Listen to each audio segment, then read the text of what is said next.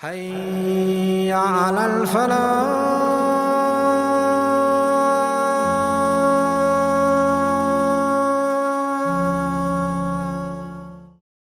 الشیطان الرجیم بسم اللہ الرحمن الرحیم یمنون علیک ان اسلموا قل لا تمنوا علی اسلامکم بل اللہ یمن علیکم ان ہداکم للایمان ان کنتم صادقین.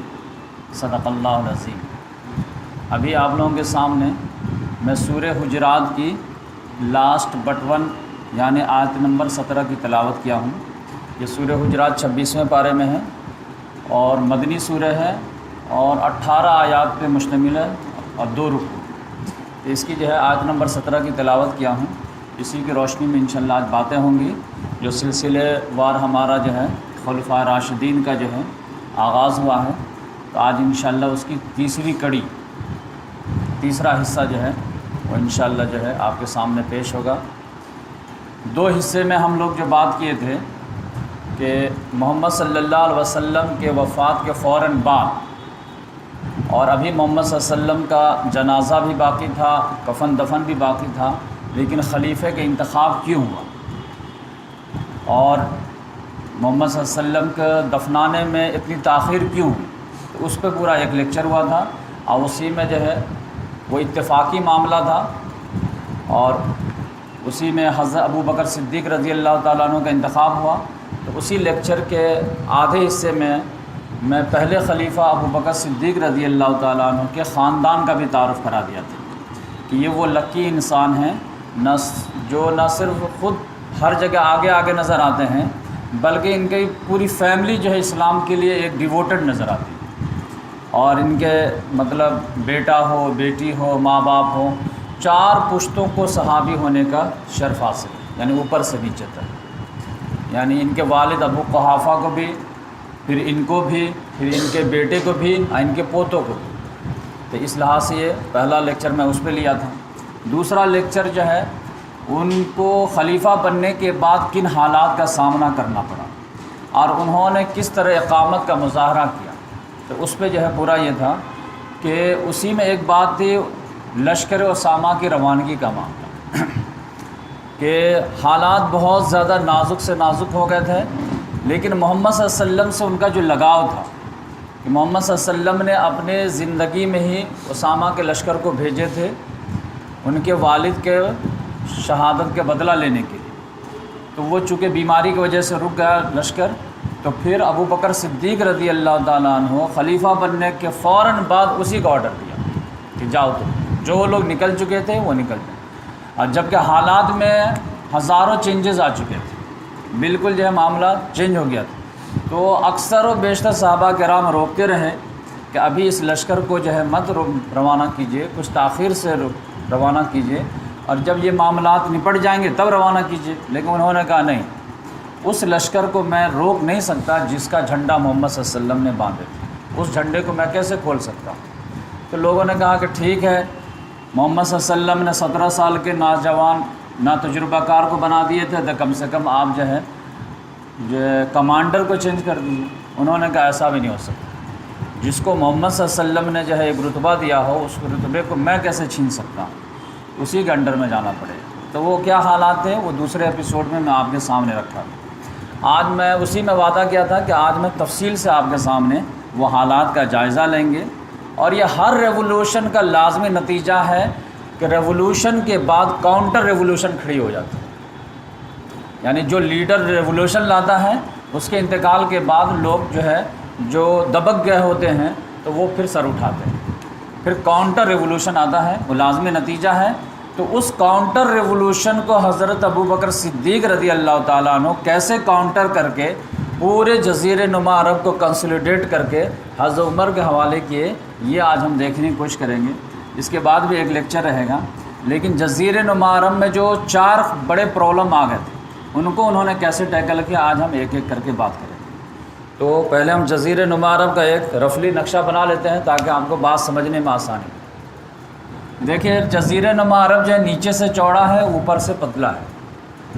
آپ اگر جو ہے رفلی اگر ایسے کھینچیں گے تو آپ کو جو ہے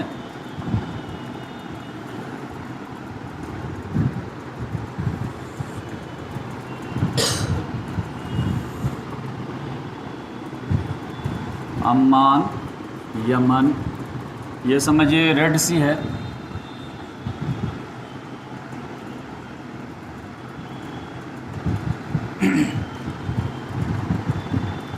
یہ سمجھیے خلیج فارس۔ اب یہیں پہ جو ہے مکہ ہے، اوپر مدینہ ہے، اور یہاں پہ جو ہے تبوک ہے، اور یہیں سے جو ہے دو پٹی گزر گئی ہے، یہ نہر سوئز والا ہے اور یہ خلیج عقبہ ہے، اور سمجھے اوپر سے ایسے جا کر کے یہ عراق کا پورشن ہے اور یہ شام کا پورشن ہے۔ تو یہ پورا جو ہے جزیرہ نما عرب کہلاتا تھا۔ یہاں پہ آپ کو جو ہے کویت مل جائے گا، یہاں پہ آپ کو بحرین تو اندر سمجھیے جزیرہ ہے ایک طرح سے،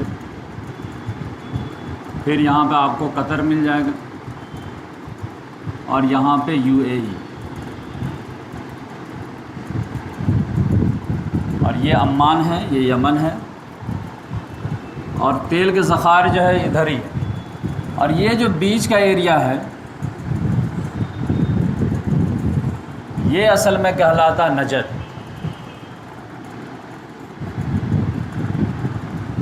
اور یہ یمن کا ایریا کہلاتا تھا، اور یہ شام عرب، عراق عرب، ان دونوں پر عام طور سے محمد صلی اللہ علیہ وسلم کی جو حکومت تبوک تک آئی تھی۔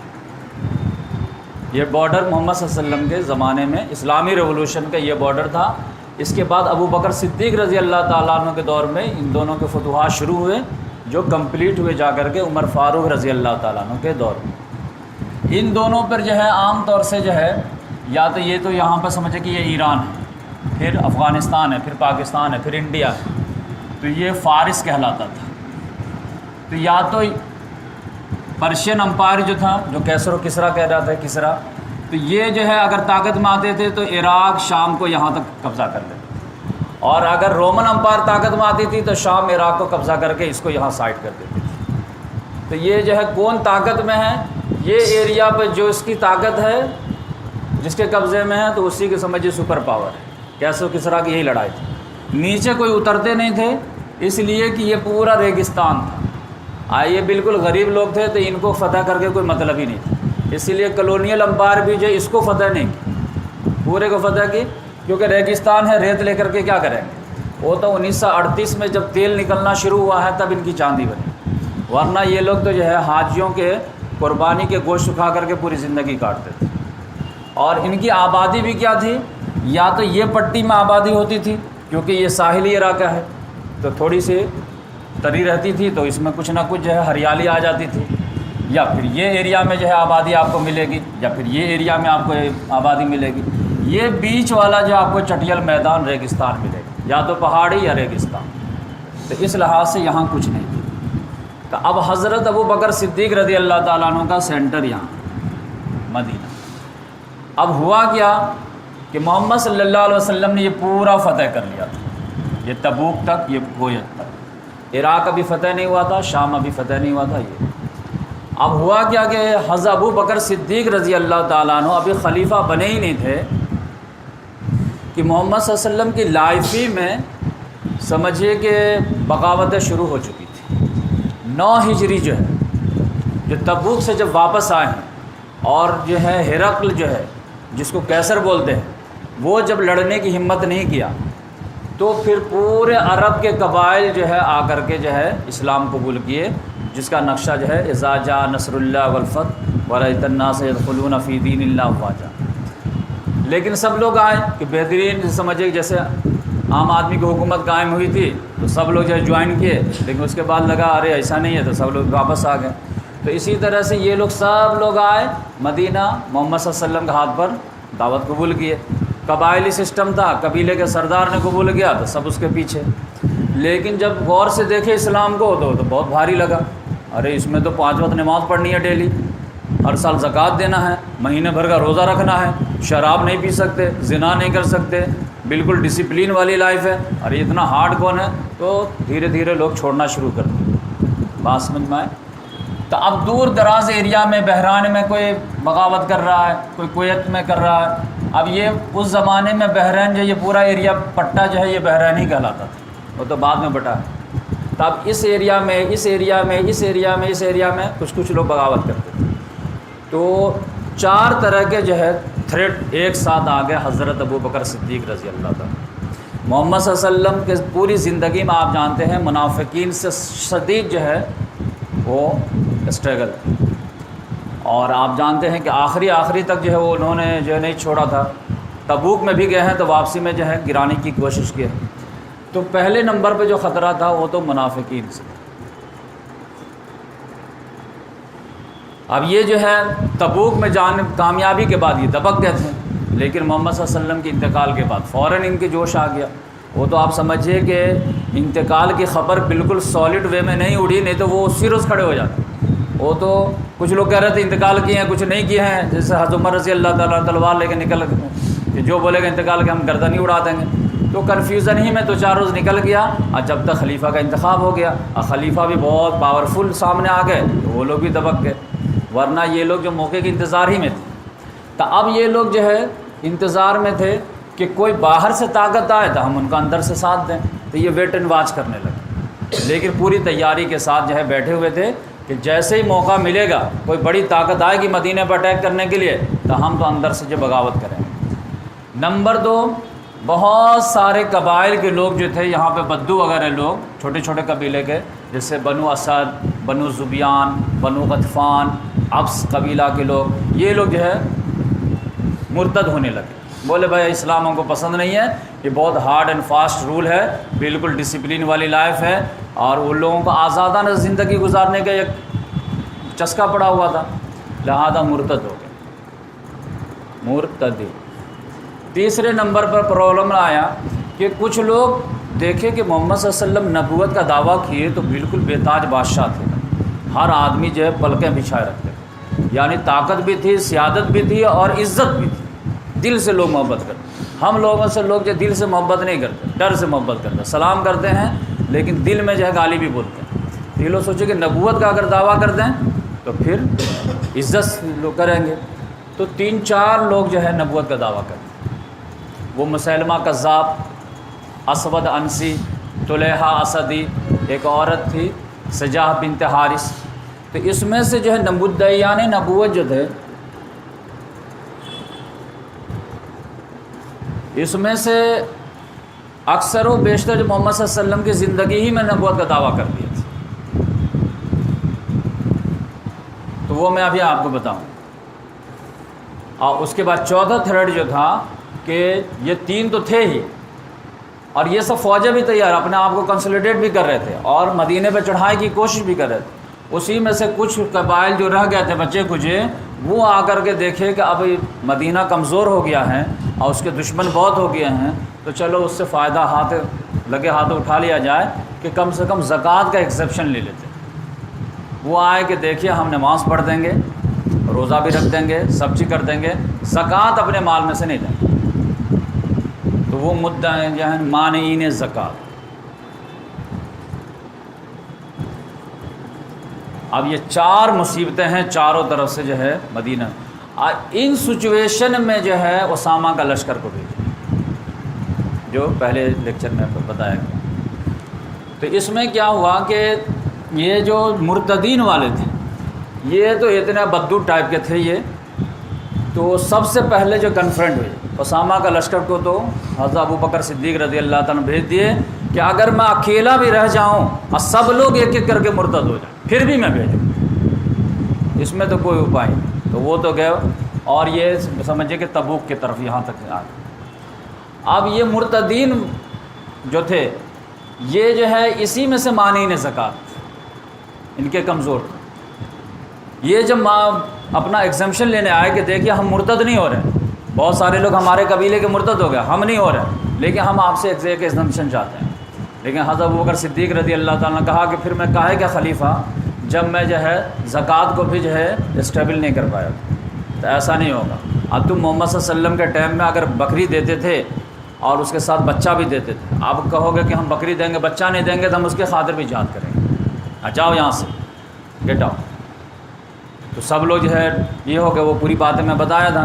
تو حضرت ابوبکر صدیق رضی اللہ تعالیٰ عنہ صحابہ کرام کو پہلے بول دیے کہ میں ان کی آنکھوں میں بغاوت دیکھا ہوں، اور یہ لوگ پوری تیاری کے ساتھ آئے ہیں، ان کی فوجیں پوری جمع ہیں، تو رات میں یا دن میں کسی وقت بھی اٹیک کریں گے۔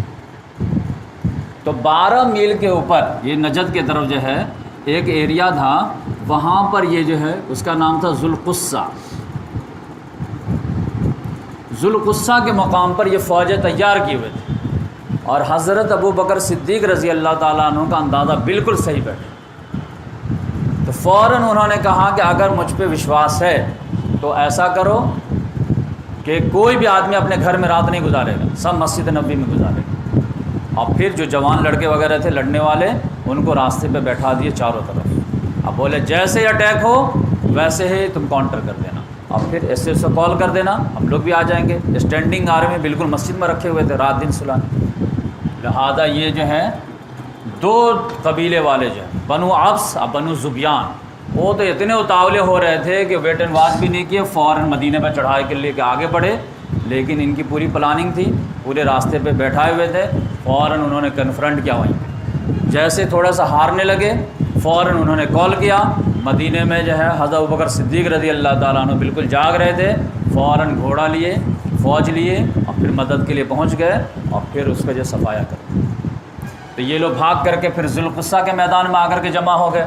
پھر وہاں پہ بھی جو ہے زبردست انداز میں لڑائی، اور زبردست انداز میں لڑائی ہوئی تو ابوبکر صدیق رضی اللہ تعالیٰ نے بھی لڑے، اور پھر یہاں پر سے جو ہے ان لوگوں کو یہ دونوں قبیلوں کو ہار کا سامنا کرنا پڑا۔ یہ مرتدین سے جو ہے یہ جیسے مرتدین سے جو ہے معاملہ ٹھیک ہوا کہ یہ مانعین زکوٰۃ جو ہے ایک ایک کر کے آنا شروع کر دیا،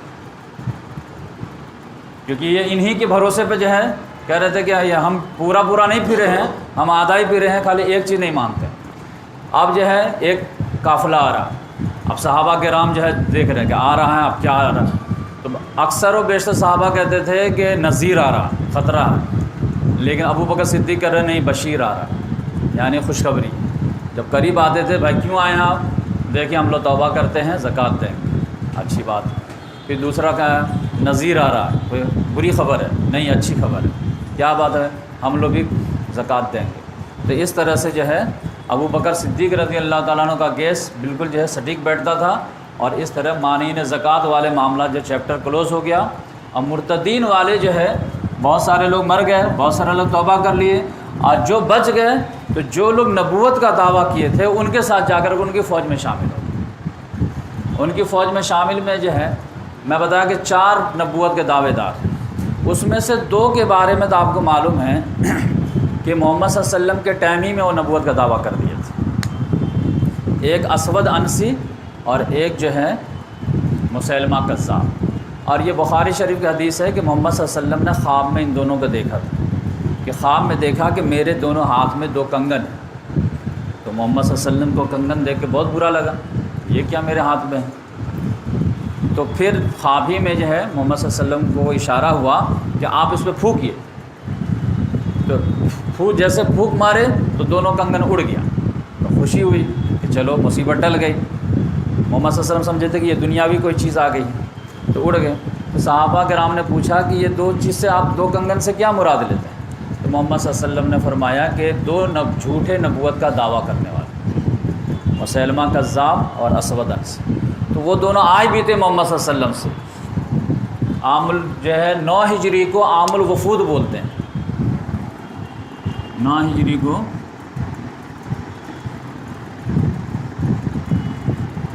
یعنی وفد کا وفد جو ہے لین لگا ہوا تھا، اسی میں جو ہے مسلمہ کذاب بھی آیا تھا۔ اور پھر آنے کے بعد جو ہے کچھ ریکویسٹ کیا کہ مجھے جو ہے میں اگر ایمان لے آؤں تو مجھے کیا ملے گا، کچھ دیں گے آپ، یا پھر آپ کے بعد ہم کو نبی بنایا جائے گا، یا 50% ہم کو بنایا جائے گا۔ محمد صلی اللہ علیہ وسلم کے ہاتھ میں ایک جو کھجور کی ٹہنی دی، بولے کہ یہ ٹہنی بھی نہیں دوں گا میں، نبوت میں شریک ہونا تو دور کی بات ہے۔ تو وہ چلا گیا اور وہاں پہ جو ہے نبوت کا دعویٰ کر دیا یمامہ میں جا کر کے۔ اور پھر جو ہے یہ یمامہ جو ہے سمجھے کہ نجد کا ادھر کا بارڈر تھا، تو وہاں پر جب فوج وغیرہ تیار کرنے لگا اور اس نے جو ہے لیٹر لکھا، وہ ابھی میں بعد میں بات کروں۔ اسود انسی جو تھا یہ یمن کا تھا، قبیل انس کا تھا، یہ محمد صلی اللہ علیہ وسلم کے ٹائم ہی میں بغاوت کر دیا. محمد صلی اللہ علیہ وسلم نے ایک فوج بھیجے اور ان کو کامیابی مل گئی اور اس کا چیپٹر یہیں پر کلوز ہو گیا محمد صلی اللہ علیہ وسلم کی لائف ہی میں. لیکن پرابلم کیا ہوا کہ محمد صلی اللہ علیہ وسلم جو بالکل مرض الوفات میں تھے تو اس میں جو ہے ان سے کنفرنٹ ہوئی تھی. تو یہ محمد صلی اللہ علیہ وسلم کے فوج کے ہاتھوں مارا تو گیا تھا لیکن مدینہ ابھی خبر نہیں آئی تھی. اور پہلی نیوز جو خوشخبری کی آئی ہے ابو بکر صدیق رضی اللہ تعالیٰ عنہ کے دور خلافت میں وہ اسی کے جو خاتمے کی آئی.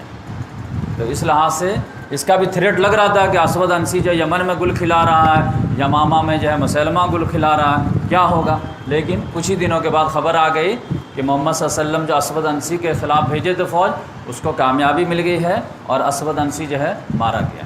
تو یہ پہلی خوشخبری ملی. دوسری جو ہے آپ دیکھیں گے کہ یہ کتنا خطرناک معاملہ ہو گیا تھا حضرت ابو بکر صدیق رضی اللہ تعالیٰ عنہ کے لیے. آپ کو صرف ایک ایگزامپل سے اندازہ ہو جائے گا. اندازہ کیا ہوگا کہ مکہ ہے یہاں پہ، صرف جو ہے طائف اور قریش مکہ اس میں اسلام رہ گیا تھا، بقیہ پورے میں جو ہے پرابلم آ گیا تھا. آپ کو اندازہ ہوگا کہ مکہ کے جو والی تھے ان کا نام تھا عتاب بن اسید. مکے میں اس قدر بغاوت ہو گئی تھی کہ وہاں کے والی جو ہے ڈر سے چھوڑ کر کے مکہ چھوڑ کے بھاگ گئے تھے. مکے کے اندر عتاب بن اسید جو ہے وہ مکے سے نکل گئے تھے. وہ تو آپ جانتے ہیں کہ ابو جندل کا نام سنے ہوں گے، جو صلح حدیبیہ کے ٹائم میں معاملہ ہوا تھا. ان کے والد کا نام کیا تھا؟ سہیل بن عمرو. ابو جندل دوڑے دوڑے آئے کہ ابو جان پورا مکہ بغاوت کرنے پر بن گیا. اور ایک لیڈر جو تقریر کر رہا کہ محمد صلی اللہ علیہ وسلم پر ایمان لائے تھے، ٹھیک ہے، لیکن محمد صلی اللہ علیہ وسلم انتقال ہو گیا، اب معاملہ ختم. اگر وہ نبی ہوتے تو کیوں انتقال کرتے؟ اس طرح کی باتیں شروع ہو گئی. تو پھر ابو جندل جو اپنے والد کو بلا کے لائے کہ آپ بولنے میں ایکسپرٹ ہیں، تھوڑی تقریر کیجیے آ کر کے. تو سہیل بن عمرو جو ہے زبردست انداز میں تقریر کی اور بولے کہ اسلام لانے میں سب سے لیٹ اور اسلام چھوڑنے میں سب سے پہلے مت بنو تم لوگ. اللہ تعالیٰ نے تم لوگوں کو جو ہے آخری لاج رکھ لی اور محمد صلی اللہ علیہ وسلم کے جاتے جاتے ایمان کی توفیق دے دی. تو اب محمد صلی اللہ علیہ وسلم تمہارے حوالے اسلام کر کے چلے گئے ہیں، تو اب بدقسمت مت بنو. یہ اسلام جو ہے مشرق و مغرب میں پھیلنا ہے تو کس کے ہاتھوں پھیلے گا اگر تم ہی مرتد ہو جاؤ گے تو. اس طرح جھنجھوڑنے والی تقریر کیے تو پھر جا کر کے وہ لوگ مکے والے تھوڑا سا یہ ہوئے. ورنہ سمجھ جائیے کہ یہ لوگ بھی پورا یہ ہو گئے تھے. اور یہی سہیل بن عمرو کون ہے کہ جب جنگ بدر میں یہ قیدی بن کر کے آئے تھے تو عمر فاروق رضی اللہ تعالیٰ عنہ نے محمد صلی اللہ علیہ وسلم سے اجازت مانگی تھی. ان کا لقب تھا خطیب قریش.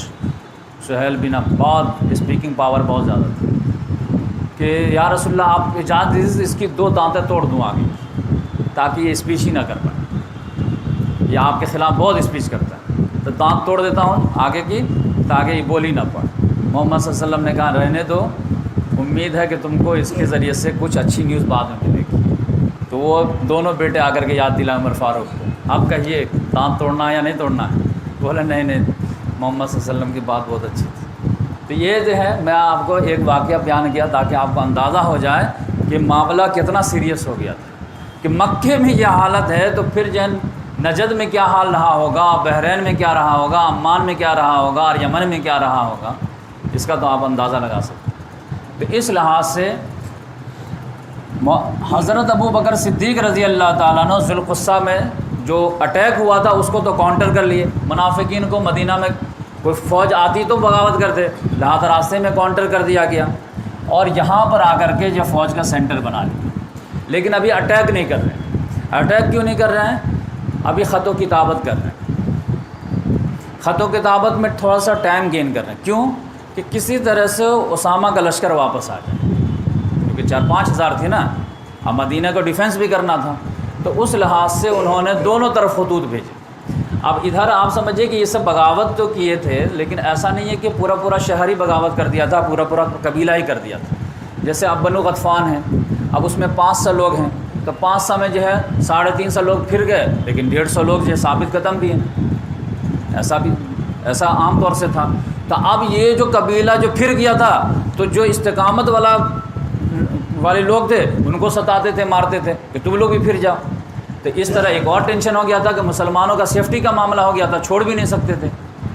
اب بحرین میں کچھ مخلص مسلمان ہیں، وہ مرتدین کے گراؤنڈ میں گھر گئے ہیں. عمان میں کچھ مسلمان مخلص ہیں، وہ جو ہے نبوت کا دعویٰ کرنے والوں کے جو ہے فوج کے اندر گر گئے ہیں. اب ان کو بھی تو بچانا ہے، تو کیا کریں؟ تو اس لحاظ سے ذوالقصہ میں فوج کو جمع رکھے. 40 دن کے بعد جو ہے اسامہ کا لشکر واپس آیا. جیسے ہی اسامہ کا لشکر آیا ہے تو ان کو تو بڑی کامیابی ملی تھی پورے.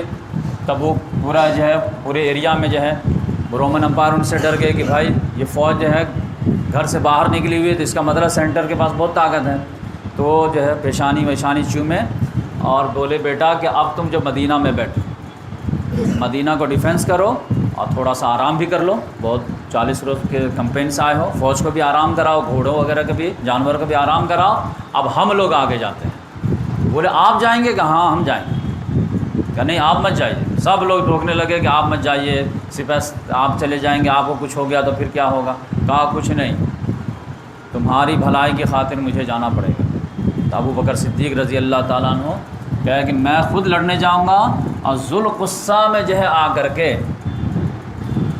ایک ساتھ 11 فوج ترتیب کی، 11 فوج بنائے، 11 سپہ سالار بنائے. اور جیسے خالد بن ولید رضی اللہ تعالیٰ عنہ کو ایک فوج کی کمانڈ دے دی، علا بن حضرمی کو ایک فوج کی کمانڈ دے دی، اکرمہ بن ابی جہل کو ایک فوج کی کمانڈ دے دی، شرحبیل بن حسنہ کو ایک فوج کی کمانڈ دے دی، عمرو بن عاص رضی اللہ تعالیٰ عنہ کو ایک فوج کی کمانڈ دی دی، خالد بن سعید کو ایک فوج کی کمانڈ دی دی. اس طرح 11 فوج ایک ساتھ بنا یہاں پہ، اور پھر 11 کو 11 طرف موو کر دیے. جتنے تھریٹ تھے سب کے طرح ایک ساتھ. اب بولے کہ سینٹر میں جو ہے خالد بن ولید رہیں گے، یعنی سب کا کمانڈر میں ہوں. اب پھر یہ 11 فوج کے کمانڈر خالد بن ولید رہیں گے.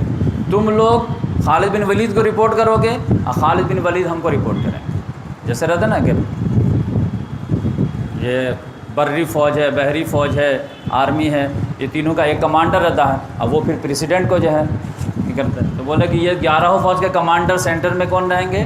خالد بن ولید رہیں گے. خالد بن ولید ڈائریکٹ ہم کو جو ہے یہ نوٹ کریں گے، یہ ایکسپلین کریں گے. تو اس طرح سے جو ہے یہاں پہ کیا.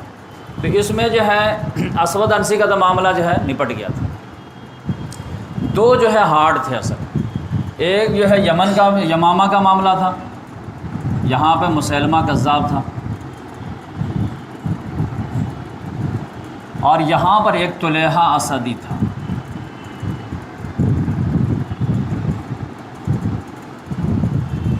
یہ اسد قبیلے کا تھا. اس نے جو نبوت کا دعویٰ کیا. یہ 9 ہجری میں آیا ہے محمد صلی اللہ علیہ وسلم کے پاس، اور یہ عرب بدو میں سے تھا. اور اسی نے کہا تھا کہ دیکھیے قریش والے، مدینہ والے، یہ سب لڑ بھڑ کر کے آپ سے ایمان لائیں، آسانی سے ایمان نہیں لائیں، لیکن ہم لوگ جو ہے بنا لڑے بھڑے آپ سے ایمان لے آئیں، تو ہم کو زکوٰۃ میں زیادہ ملنا چاہیے اور ہمارا احسان بھی مانیں. You should be thankful, grateful. تو اسی کا جو ہے میں آیت جو پڑھا تھا، اللہ تعالیٰ نے ڈانٹ لگا. یمنون علیک ان اسلموا قل لا تمنوا علی اسلامکم بل اللہ یمن علیکم ان ہداکم للایمان ان کنتم صادقین. یہ لوگ آپ پر اسلام کا دھونس جماتے ہیں کہ یہ اللہ تعالیٰ کا احسان ہے کہ تم کو ایمان کی ہدایت دیا ہے. تم جو ہے اسلام کے دھونس مت جماؤ، بلکہ اللہ تعالیٰ کا احسان ہے کہ تم کو ایمان لانے کی توفیق دیا ہے اگر تم دعوے میں سچے. یہ طلیحہ اسدی ہی تھا. اس نے نبوت کا دعویٰ کر دیا. نبوت کا جیسے ہی دعویٰ کیا تو اس کا قبیلے والے تو اس کے ہم نوا ہو ہی گئے. پھر اس کا ایک دوست قبیلہ تھا طے، وہ بھی جو ہے ان کے چکر میں آ گیا. یہ قبیلہ طے جو ہے حاتم طائی. تو حاتم طائی جو ہے ان کے بیٹے تھے عدی بن حاتم. یہ طائی جو ہے یہ قبیلے کا نام ہے، طے سے طائی. تو یہ بھی آ گئے. بنو غطفان والے بھی ان کے ساتھ ہو گئے.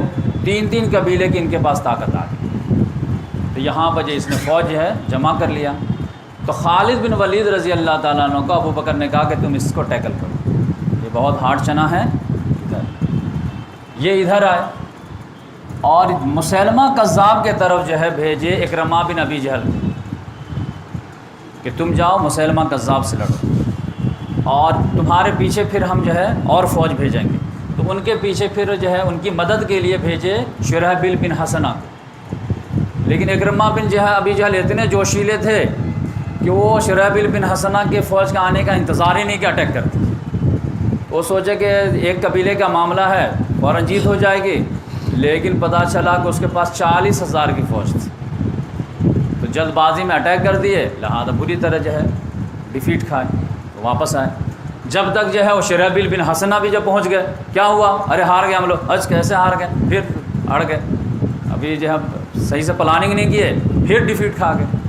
تو یہ دونوں فوج ڈیفیٹ کھا کر کے اب انتظار کر رہی تھی کہ اب کیا کرنا ہے. تو یہ سمجھے کہ مسلمہ کذاب کتنے ہارڈ تھے. یہ اکرمہ بن جہل بھی ہار گئے تھے، شرحبیل بن حسنہ بھی ہار گئے تھے. لیکن یہاں پہ جو خالد بن ولید رضی اللہ تعالیٰ عنہ کو بھیجا گیا طلحہ بن اسد سے، یہ جو ہے ان سے جو ہے ایک جگہ ہے وہاں پر جو ہے ان سے کنفرنٹ ہوا. تو کنفرنٹ ہوا تو اس میں جو ہے اس کی آدھی طاقت جو ہے پہلے ہی ٹوٹ گئی. کیسے ٹوٹ گئی کہ یہ جو عدی بن حاتم تھے انہوں نے کہا کہ دیکھیے طلحہ کے ساتھ اسدی قبیلہ ہے اور طے قبیلہ ہے، اب وہ میرا قبیلہ ہے، تو مجھے بھیجیے میں اپنے قبیلے کو کسی طرح جو سمجھا بجھا کر کے واپس لا سکوں. تو یہ کہ اپنے قبیلے کو جو ہے سمجھا بجھائے تو اس میں سے آدھے لوگ جو ہے اس سے ٹوٹ کے آئے. تو پھر خالد بن ولید رضی اللہ تعالیٰ عنہ نے ان پہ چڑھائی کی. تو یہ شخص جو ہے یہ دم چادر ادھر اوڑھ کر کے اور ایک دم ایسے جو ہے تصویر بنائے ہوئے تھا کہ وہی نازل ہو رہی ہے. اس کا جو کمانڈر تھا وہ تھا غطفان کا سردار عیینہ بن حسن. وہ بار بار دیکھتا تھا کہ ہماری فوج ڈیفیٹ کھا رہی ہے لیکن خدا کی مدد کیوں نہیں آ رہی. تم جب نبی ہو تو مدد آنی چاہیے، کیونکہ جو نبی تھے وہ تو انتقال کر گئے، اب ایکچوئل میں تو تم نبی ہو. تو وہ بار بار آگے پوچھتا تھا کہ جبریل کچھ لے کے آئے؟ ہاں آ رہے ہیں. پھر پوچھتا مدد، جیسے سوچتا تھا کہ جیسے بدر میں مدد آئی تھی ویسے اس میں بھی مدد آئے گی ہم کو. مدد آئی نہیں. کچھ لے کر کے آئے؟ ہاں لے کر کے آئے. کیا لے کر کے آئے؟ کچھ آئے تو پڑھ کے سنا دیتا تھا. لاسٹ میں کیا رہتے تھے کہ جیت ہماری ہو. لیکن جب مار کھاتے کھاتے جو ہے بالکل یقین ہو گیا کہ یہ جو ہے وہ آنے والا نہیں ہے کوئی مدد کے لیے، تو پھر جو غطفان کا جو سردار جو کمانڈی کر رہا تھا وہ چھوڑ کے بھاگ گیا کہ یہ جو ہے الو بنا رہا ہوں. بات سمجھ میں آئے؟ تو وہ بھاگ گیا. تو پھر آدھی فوجی کم ہو گئی. پھر طلحہ بن اسد بھی جو ہے دیکھا کہ جب بالکل اب ڈیفیٹ قریب ہے تو اپنی بیوی کو ساتھ میں لیا اور شام کی طرف بھاگ گیا. شام میں جانے کے بعد جو ہے اس کو بعد میں ریئلائز ہوا تو پھر اس نے توبہ بھی کیا. اور توبہ کرنے کے بعد جب یہی فوج جب پھر عراق کو فتح کرنے کے لیے نکلی ہے تو پھر مسلمانوں کے ساتھ مل کر کے اچھا کارنامہ انجام دیا. تو اس لحاظ سے اس کا نام اچھے سے لیا جاتا ہے. تو یہ معاملہ جو ہے نپٹ گیا. طلحہ اسود انسی کا نپٹ گیا، طلحہ اسدی کا نپٹ گیا. ایک معاملہ جو تھا، ایک بڑا قبیلہ تھا بنو تمیم. وہ جب ایمان لایا تو بہت بڑا قبیلہ تھا، ایک دم سمجھیے کہ نجد میں پورا پھیلا ہوا تھا. تو محمد صلی اللہ علیہ وسلم نے اس میں 5 جو ہے لوگوں کو والی بنائے تھے، گورنر بنائے اپنے اپنے ایریا کے لحاظ سے. جیسے آپ تھانہ ڈسٹرکٹ ہے تو آپ ایک کا جو ہے بھیونڈی کا الگ ہے، ممبرا کا الگ ہے، کلیان کا الگ ہے، اس طرح الگ ہے. محمد صلی اللہ علیہ وسلم جب انتقال کر گئے تو اس میں سے کچھ لوگ جو ہے مرتد ہو گیا، کچھ لوگ باقی رہے. بالکل 50-50 کا معاملہ ہو گیا. اس میں سے ایک تھا بہت خطرناک، اس کا نام تھا مالک بن نویرہ. یہ مرتد ہو گیا. یہ مرتد ہو گیا تو اس نے فوج اکٹھا کر لی. اب بنو تمیمی میں انفائٹنگ شروع ہو گئی. جو لوگ مرتد ہو گئے تھے اور جو لوگ استقامت پہ تھے تو پہلے بنو تمیمی کو جیتو کہ کون جیتے گا. اب مسلمان بھی اچھے خاصے تعداد میں تھے اور مرتد بھی اچھے خاصے تعداد میں تھے. تو بہت شدید خانہ جنگی ہوئی. خانہ جنگی میں لیکن مالک بن نویرہ سردار لیول کا تھا، اچھا فائٹر تھا، تو اس کو کافی جو ہے سکسیز مل رہا تھا. مسلمان کافی پریشانی میں تھے. اسی دوران جو ہے اس کو اور ایک طاقت مل گئی. وہ ایک عورت تھی اسی ایریا کی، وہ بنو تغلب کی تھی اور وہ نصرانی تھی. عورت کا نام تھا سجاہ بنت حارث. وہ جو ہے کچھ جادوگری وغیرہ سیکھ کر کے اپنے آپ کو جو ہے نبوت کا دعویٰ کرتی. اب اس میں کیا نبوت کے دعویٰ میں کہ بادل آیا، سارے لوگ بولے بارش ہوگی بارش ہوگی، وہ کانفیڈنس سے بولتی بارش نہیں ہوگی. کیوں نہیں ہوگی بھائی؟ میں نبی ہوں، میں جانتی ہوں. اب لک بائی چانس بادل ٹل گیا تو دیکھے، اب سارے لوگ ہاں تمہاری جے ہو، اب اس کے پیچھے لگ گئے۔ اب اوباش لڑ گئے، اب ایک عورت نے جو نبوت کا دعویٰ کی ہے تب اس کے پیچھے لگ گئے دم، تو اب وہ بھی جو ہے اپنے نبوت کا دعویٰ کرنے لگے۔ اب وہ ڈائریکٹ کہ میں تو ڈائریکٹ جو مدینہ ہی سے کنفرنٹ کروں، لیکن وہ جا رہی تھی کہ بنو تمیم کا ایریا پڑ گیا، وہاں دیکھے ارے یہاں آپس میں فائٹنگ ہو رہی ہے، تو دیکھے کہ ایک طرف مسلمان ہے ایک طرف مرتدین ہے، ان کی بھی جو ہے مدینے والوں سے جنگ ہے۔ اس نے جو دوستی کا ہاتھ بڑھایا مالک بن نویرہ سے کہ دوستی کر لو کیونکہ تمہارا دشمن ہمارا دشمن ایک ہی ہے، کہا کہ ٹھیک ہے، تو ان دونوں کی دوستی ہو گئی۔ تو اب یہ دونوں مل کر کے جو ہے بنو تمیم کے جو مسلمان تھے ان کو مارنے لگے، تو مسلمان جو ہے وہ ایریا چھوڑ کے بھاگنے پہ مجبور ہوئے۔ لیکن اب یہ جو ہے مدینے کے راستے میں آ ہی رہی تھی کہ بنو تمیمی کا ایک قبیلہ تھا، وہ جو ہے پھر سے آرگنائز ہو کر کے اس سے جو ہے ایک جگہ ہے بزاخ، وہاں پہ جو ہے ان سے لڑائی ہوئی، تو یہ عورت کے بہت سارے جو فوج تھی ایک قید میں آئی، اور دونوں میں بالآخر جو صلح ہو گئی اس بات پر کہ ہم جو تمہارے قیدی پکڑے ہم چھوڑ دیتے ہیں، تم جو پکڑے ہو وہ چھوڑ دو، اور تم مدینہ پر اٹیک کرنے کا ارادہ چھوڑ دو۔ تو اس نے کہا ٹھیک ہے، اور لہذا وہ یہاں سے پھر یمن کی طرف آ گئی اور صلح کر لی۔ تو آپ سمجھیے کہ سجا کا معاملہ بھی ختم ہوا، طلحہ اسدی کا بھی معاملہ ختم ہوا، اسود انسی کا بھی معاملہ پہلے ہی ختم ہے، اب بچ گیا مسیلمہ کذاب۔ خالد بن ولید رضی اللہ تعالیٰ عنہ کو پہلے ہی سے آرڈر تھا کہ آپ جو ہے پورے کمپین کو دیکھتے رہیں گے، اور جہاں جہاں ضرورت پڑے گی تو آپ جو ہے یہ معاملہ کریں گے۔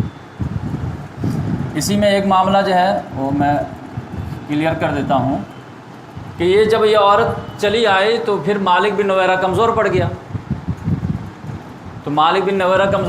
تو خالد بن ولید رضی اللہ تعالیٰ ان کو آرام سے جو ہے ٹیکل کر لیے اور صفایا کر دیے، اور پھر اس کو ختم کرنے کے بعد جو ہے ان کی بیوی سے شادی کر لی۔ تو وہی ایک کنٹروورشل ہو گیا کہ جو ہے وہ عدت پوری نہیں کی تھی اور شادی کر لیے، تو وہ بہت بڑا جو ہے معاملہ ہوا، وہ خالد بن ولید رضی اللہ تعالیٰ عنہ کے چیپٹر میں کبھی تفصیل سے بتاؤں۔ تو اس طرح معاملہ ہوا۔ اب خالد بن ولید رضی اللہ تعالیٰ عنہ کے پاس جو ہے اپنا مشن تو پورا ہو گیا ہے، تو فوراً ان کو یہ تھا کہ اب تم جو ہے یمامہ چلے جاؤ، اب وہاں 2 فوجیں جو ناکام ہو چکی ہے، تو اس لحاظ سے اب اس کو ٹیکل کرنا ہے۔ تو یہ جو ہے میں آج مسیلمہ کذاب کا بھی جو چیپٹر کلوز کر دیتا ہوں، اس کے بعد ختم ہو جائے گا۔ تو خالد بن ولید رضی اللہ تعالیٰ عنہ یہاں پر آئے۔ خالد بن ولید رضی اللہ تعالیٰ عنہ جو ہے سمجھے کہ حضرت ابو بکر صدیق اور عمر فاروق رضی اللہ تعالیٰ عنہ کے درمیان باؤنڈ آف کنٹینشن بنے ہوئے تھے۔ یہ اتنے پاورفل تھے کہ وہ تو جانتے ہیں کہ ہسٹری میں کہ کبھی یہ جنگ ہارے ہی نہیں، لیکن ان کو سنبھالنا دنیا کا سب سے مشکل کام۔ آج یہ ادھر لڑ رہے ہوتے تھے، ابو بکر صدیق عمر فاروق میں آپس میں انہی کے بارے میں مسئلہ چل رہا ہوتا۔ اب مسئلہ کیا چل رہا ہوتا تو آپ سمجھ جائیے کہ بھائی گھوڑا اگر بہت مضبوط ہوتا نا تو اس کو لگام بھی مضبوط دینی پڑتی، کیونکہ اس کے لیے اب طاقت بھی لگتی۔ اب اتنے بڑے فائٹر کو آپ کمانڈ ہی کریں گے تو اتنا آسانی سے نہیں ہوتا۔ تو اب دونوں کے مزاج میں بہت ڈفرینٹ۔ عمر فاروق رضی اللہ تعالیٰ عنہ کہنا تھا کہ دیکھیں حضرت خالد بن ولید بہت بڑے جانباز ہیں، پھر مائنڈ کے بھی بہت یہ ہیں، تو اب ایسے آدمی کو آپ بالکل جب تک لگام نہیں دے کے رکھیں گے نا تو پھر کچھ بھی کر دیں گے، اپنی منمانی کر دیں گے، جبکہ اسلام تو منمانی نہیں ہے، خلیفہ کی حکمرانی کا نام ہے۔ ابو بکر صدیق رضی اللہ تعالیٰ عنہ کہتے تھے کہ دیکھو جب بھی کسی سپہ سالار کو بھیجتے ہیں نا تو اس کو بتا دیتے ہیں یہ کرنا یہ نہیں کرنا، یہ کرنا یہ نہیں کرنا، لیکن یہ کرنا نہ کرنے کے بیچ میں بھی فل ان دا بلینکس رہتی ہے، تو اس میں اس کو کم سے کم جو آزادی تو ہونی چاہیے کہ وہ فل ان دا بلینکس اپنے حساب سے بھریں۔ یعنی اگر بھیجا گیا ہے یمامہ کی طرف، اب یمامہ کے میں مسیلمہ کذاب کو مارنا، وہ چیپٹر ختم ہو گیا، لیکن بغل میں ایک چھوٹا سا قبیلہ وہ بھی بغاوت کر رہا، تو کیا اب اس کے لیے خط و کتابت ہوگی، پھر ان کو کیا جائے گا، جبکہ پتہ چل رہا کہ آدھے گھنٹے میں یہ مہمان نپٹ جائیں گے، تو اب اس کے لیے پھر سے اجازت لی جائے یا لگے ہاتھوں کر دیا جائے۔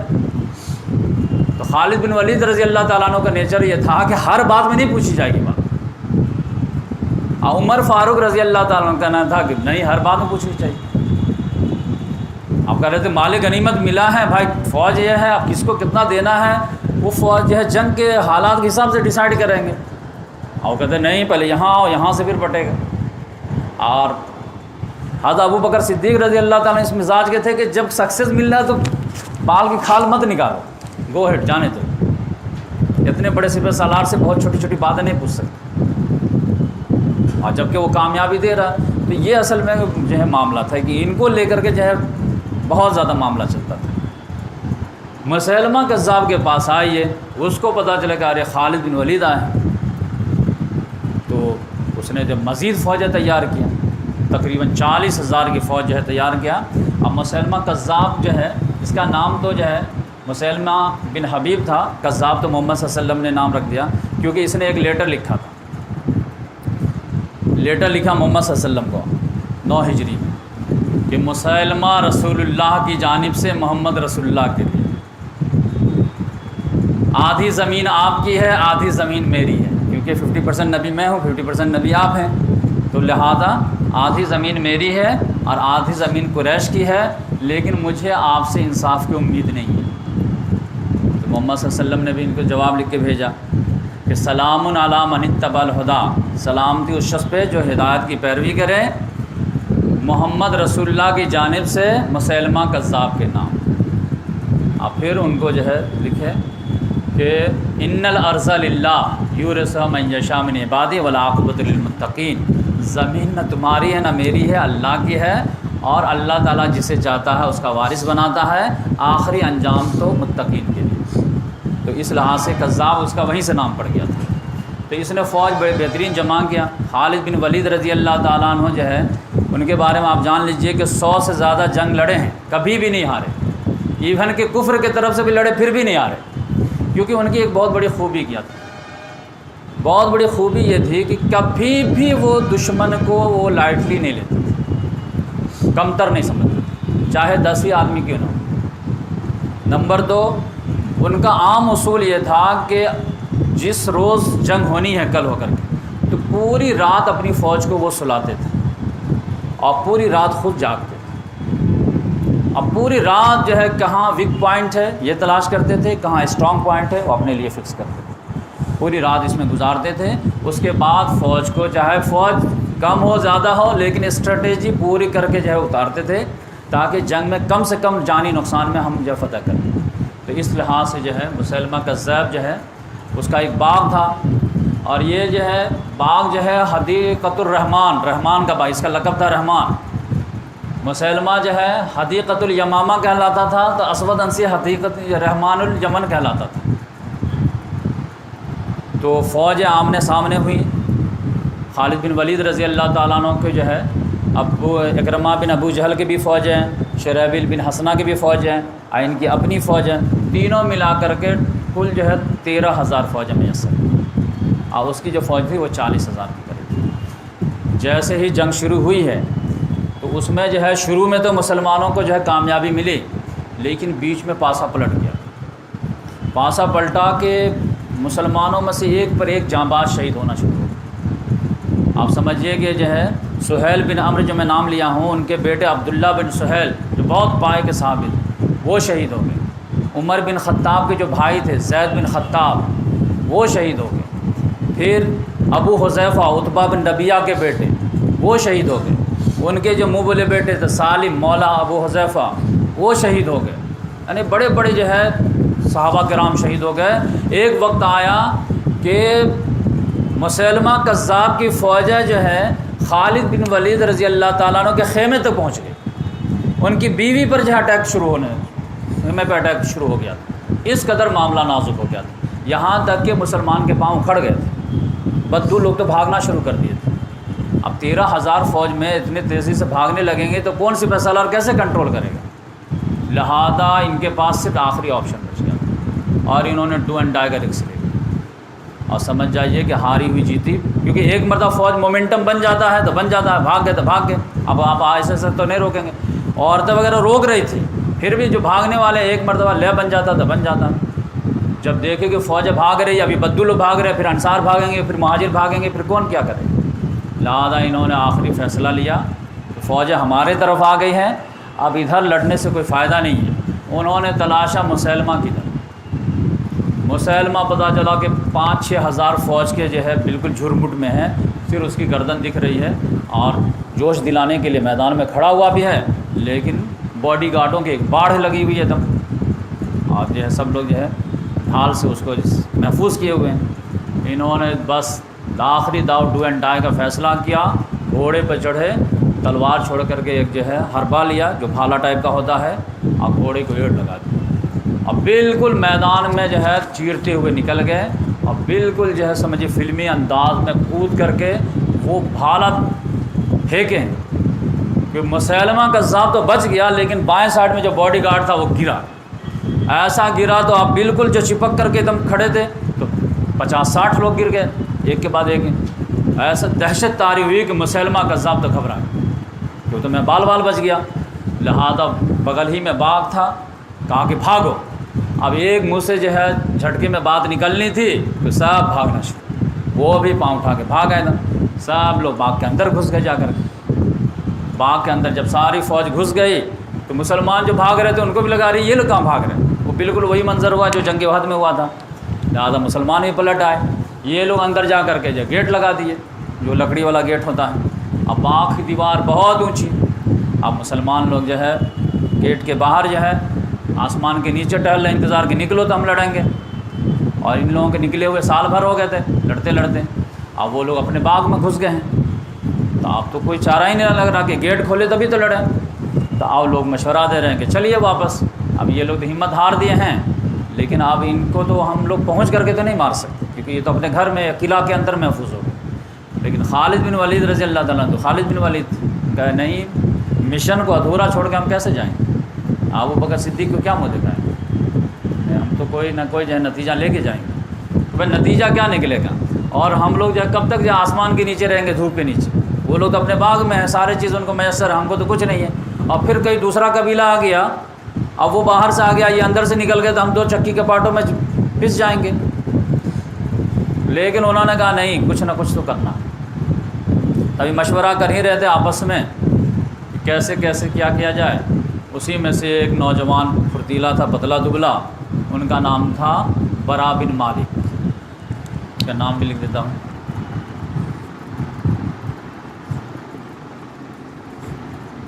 یہ میٹنگ میں آئے، بولے کہ اگر گیٹ کھول دوں تو ہو جائے گا کام، کہا تب کیا پتا ہوگا، کہ گیٹ کیسے کھول دو، کہا آپ لوگ مجھے نیزہ پہ ڈھال پہ بیٹھائیے، نیزہ پہ اٹھا کر کے ادھر پھینک دیجیے، کہا پھینک دیں گے تو ایسے ہاتھ پاؤں توڑا لیں گے تو گیٹ کیسے کھولے، کہا جب تک آدمی جو ہے تازہ رہتا ہے تو اس وقت جو ہے اس کو زخم کا اثر نہیں ہوتا ہے، کہا کہ باڈی گارڈ پھر تم کو چھوڑے گا کیا، کہا باڈی گارڈ کیا ہے، وہ لوگ تو سوچ رہے ہوں گے کہ اب تو ہم لوگ بچ گئے آرام سے کھا پی رہے ہوں گے، تو ان کو تو کیا پتہ کہ کوئی آدمی کودنے والا ہے، لہذا اور ایسے بھی کیا ہے رکس لینے میں کیا جاتا ہے، زیادہ زیادہ کیا ہوں گے شہید ہوں گے، اگر اپنے مشن میں کامیاب ہو گئے تو بہت اچھی بات ہے، نہیں تو شہید ہو جائیں گے، ایک آدمی کی شہادت کیا ہے،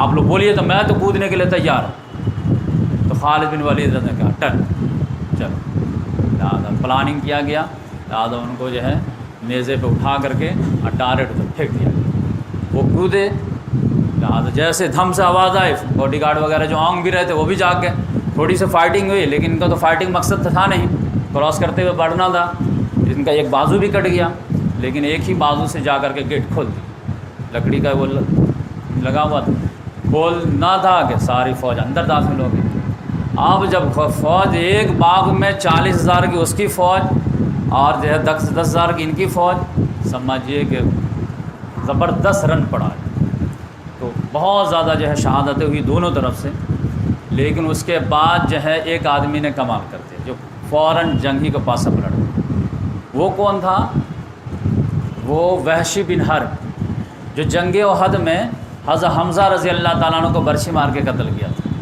وہ اپنا قرض اتارنے کے چکر میں پڑا ہوا تھا کہ لوگ ہم کو بخش نہیں رہے ہیں دل سے، اب میں جس لیول کا جرم کیا ہوں اسی لیول کا کوئی اچھا کام کر دوں تو کم سے کم حساب برابر ہو جائے، وہ جو ہے صرف اور صرف جو ہے ایک ہی ٹارگٹ لیا ہوا تھا مسلمہ کی طرف، لہذا وہ چکر کاٹتے کاٹتے کاٹتے اس بار تو مسلمہ بالکل جو ہے دیوار سے چپک کر کے جو ہے کھڑا تھا، اس بار تو میدان میں بھی نہیں، لیکن یہ جو تلاشتے تلاشتے تلاشتے پہنچ گیا، اب پھر ان کو جو اسی میں مہارت تھی بھالا پھینک میں، لہذا انہوں نے نشانہ لے کر کے جو ہے لگائے ہیں. ابھی ادھر شدید جنگ چل ہی رہی تھی. جیسے ہی جو ہے وہ گرا ہے ویسے ہی ایک عورت جو ہے اپنے محل سے دیکھ رہی تھی نظارہ. اس کی جو چیخ نکلی ہے کہ ایک کالے کلوٹے نے اتنے خوبصورت انسان کو مار دیا. پھر وہ جا کر کے جب بھالا نکالا کہ میں نے مسلمہ کو قتل کر دیا، میں نے مسلمہ کو قتل کر دیا. فوراً مسلمہ کی فوج جو ہے وہ ہمت ہار گئی اور سارے لوگ سرنڈر کر دیے. بہت معمولی معاملے پر جو ہے صلح ہو گئی اور خالد بن ولید رضی اللہ مان گئے کہ ٹھیک ہے صلح کر. فوراً لیٹر آیا ابو بکر صدیق رضی اللہ تعالیٰ عنہ کی طرف سے کہ مسلمہ کے ایک آدمی کو بھی نہیں چھوڑنا ہے. لیکن ادھر صلح ہو چکی تھی، لہٰذا کہا کہ نہیں صلح ہو گئی ہے، مسلمان کا وعدہ ہوتا ہے. لہٰذا اس طرح سے یہ مشن بھی پورا ہوا اور اس کے بعد جو ہے ختم ہوا. اس میں جب تفتیش کی گئی تو پتہ چلا کہ مسلمہ کی تقریباً 12,000 فوجیں جو ہے اس میں ختم ہو گئی. اب مسلمانوں کے جو ہے 600 جو ہے مسلمان شہید، 600 میں جو ہے ایک پر ایک. اور تعجب کی بات یہ ہے کہ 600 میں 500 کے قریب حفاظ قرآن. تو اب یہ ہے کہ جیت کی خوشی بھی آئی، لیکن جب اس کا ڈیٹیل آیا تو سارے لوگ جو ہے غم زدہ. ہر مدینہ کے ہر گھر میں ماتم. 600 لوگ، ایک چھوٹا سا شہر. اب یہ بھی شہید ہو گئے، یہ بھی شہید ہو گئے. لاسٹ میں جب عمر فاروق کو آئے خبر کہ ان کا بیٹا جب آیا ہے جنگ سے، کہا کہ زید کدھر ہے؟ کہا وہ اللہ کے پیارے ہو گئے. بیٹے کو بہت ڈانٹ، وہ شہید ہو گئے تم زندہ بچ کے آ گئے، تم کیا کر رہے تھے؟ کہا رہے تو ان کی شہادت لکھی ہوئی تھی، مل گئی، ہم کو نہیں ملی تو ہم کیا کریں. تب پھر روتے ہوئے کہا ہے کہ زید جو ہے مجھ سے 2 باتوں میں آگے نکل گئی، ایک ایمان لانے میں اور ایک شہادت. تو اس طرح سے جو ہے رتبہ تھا. تو اس کے بعد جو ہے حضرت عمر رضی اللہ تعالیٰ عنہ کے دماغ کے لیے ایک دن بیٹھے ہوئے تھے، خبریں آ رہی تھی ڈیٹیل کون کون اور کیا کیا ہوا. اسی میں انہوں نے کہا کہ دیکھیے 600 ہمارے شہید ہوئے ہیں، کوئی مسئلہ نہیں ہے، لیکن 500 حفاظ شہید ہوئے. اب ایسا کیجئے کہ قرآن کو جمع کرنے کی کوشش کیجیے، ورنہ جو ہے جنگ تو جاری رہے گی. حق کو باطل کی جنگ تو کبھی رکے گی نہیں قیامت تک. تو اس طرح اگر حفاظ ہمارے شہید ہوتے چلے گئے تو پھر قرآن کی حفاظت کا کیا ہوگا؟ تو گرچہ قرآن کا ذمہ اللہ نے لیا ہے، لیکن اللہ تعالیٰ جب بھی کسی چیز کا ذمہ لیتا ہے تو اس کا ذریعہ بھی وہ خود ہی بناتا ہے. جیسے رزق کا ذمہ کس نے لیا؟ لیکن ذریعہ بنایا ہے نا، انسانی کو بنایا ہے. تو حفاظت کا بھی ذمہ لیا لیکن ذریعہ ہم ہی لوگ کو بنایا ہے. تو اب یہ کہ قرآن کہاں ہے؟ ہمارے سینے میں ہے، لکھی ہوئی شکل میں مختلف جگہوں پہ ہے. تو اس کو سمیٹ کر کے 2 گتوں کے درمیان کتابی شکل دے دی جائے تاکہ وہ محفوظ رہے. تو پھر سارے صحابہ بھی شہید ہو جائیں تو کوئی فرق نہیں پڑے گا، قرآن محفوظ رہے گا. لیکن اب ابو بکر صدیق رضی اللہ تعالیٰ عنہ کا اپنا نہیں چڑھتا، میں وہ کام کیوں کروں جو محمد صلی اللہ علیہ وسلم نے کیے؟ نہیں، میں وہ کام نہیں کروں. انہوں نے سمجھایا کہ بھائی یہ معاملہ الگ ہے، یہ زیادہ سیریس ہے، آپ سمجھیے اس بات کو. کہا نہیں ایسا نہیں ہو سکتا. پھر لوگوں نے سمجھایا کہ دیکھیے محمد صلی اللہ علیہ وسلم قرآن کو کتاب کی شکل میں دے ہی نہیں سکتے تھے. کیوں نہیں دے سکتے تھے؟ ارے آخری سانس تک جو وہی آنے کی امید تھی، تو کیسے جو ہے کتابی شکل دے دیتے؟ تو پھر کتاب کو جو ہے پٹ کو پھاڑ کر کے پھر ایک صفحہ گھساتے گئے. تو وہ پاسبل ہی نہیں تھا، کیونکہ کبھی بھی وحی نازل ہو سکتی تھی. اب محمد صلی اللہ علیہ وسلم کا انتقال ہو گیا ہے، وحی کا سلسلہ منقطع ہو گیا ہے، تو اب جو ہے چیپٹر کمپلیٹ ہو گیا ہے، تو اب اس کو کتابی شکل دی جا سکتی ہے. تب وہ کنونس ہوئے تو بولے کہ ٹھیک ہے کام شروع کریں. تو انشاءاللہ ہم اس کے بعد نیکسٹ لیکچر میں جمع قرآن پہ بات کریں گے. اور پھر اس طرح سے جو پورا جزیرہ نما عرب ابھی کنسولیڈیٹ ہو گیا. اب میں جو ہے یہ بحرین وغیرہ چھوڑتا میں جو ہے یہ کرتا ہوں. اب ان کے بعد جو ہے یہاں سے جزیرہ نما عرب سے انہی کے دور میں اسلام نکلا باہر، اور عراق کی طرف اور شام کی طرف. تو یہ ان کے کیا حالات تھے، یعنی آغاز انہوں نے انٹرنیشنل انہوں نے شروع کر دیا اور کمپلیٹ عمر فاروق رضی اللہ تعالیٰ عنہ کے دور میں. تو انشاءاللہ نیکسٹ ایئر میں کریں گے. لیکن میرا ارادہ ہے کہ نیکسٹ لیکچر جو ہے ڈونلڈ ٹرمپ آ رہا 24 فروری کو، اور وہ جو ہے ایک سنچری اور پیس آف سنچری پیش کیا ہے لوگوں کے سامنے. تو اس پہ باتیں ہوں گی بہت. اور طیب اردگان نے کل پاکستان میں آیا تھا تو کہا کہ یہ جو ہے سنچری آف پیس نہیں ہے بلکہ سنچری آف ڈیفیٹ ہے، آکوپیشن آف پیس ہے، یعنی دھوکے سے قبضہ کرنے کی بات ہے، یہ کوئی پیس اس کی بات نہیں۔ تو یہ جو ہے ٹاپک برننگ ٹاپک بنے گا۔ تو 22 تاریخ کو ہمارا جو ہے سیٹرڈے آ رہا ہے، تو میں سوچ رہا ہوں کہ جو ہے فلسطین کے اوپر جو ہے اس پہ ایک لیکچر دوں، اور وہ کیا سنچری آف پیس پیش کیا ہے، اس میں کیا دم ہے، تاکہ پوری تاریخ ہمارے سامنے آ جائے۔ تو جیسے ہماری تیاری رہے گی ویسا ہم پیش کریں گے۔ تو آج اتنی ہی باتوں پہ ہم جو ہے بات کو مکمل کرتے ہیں۔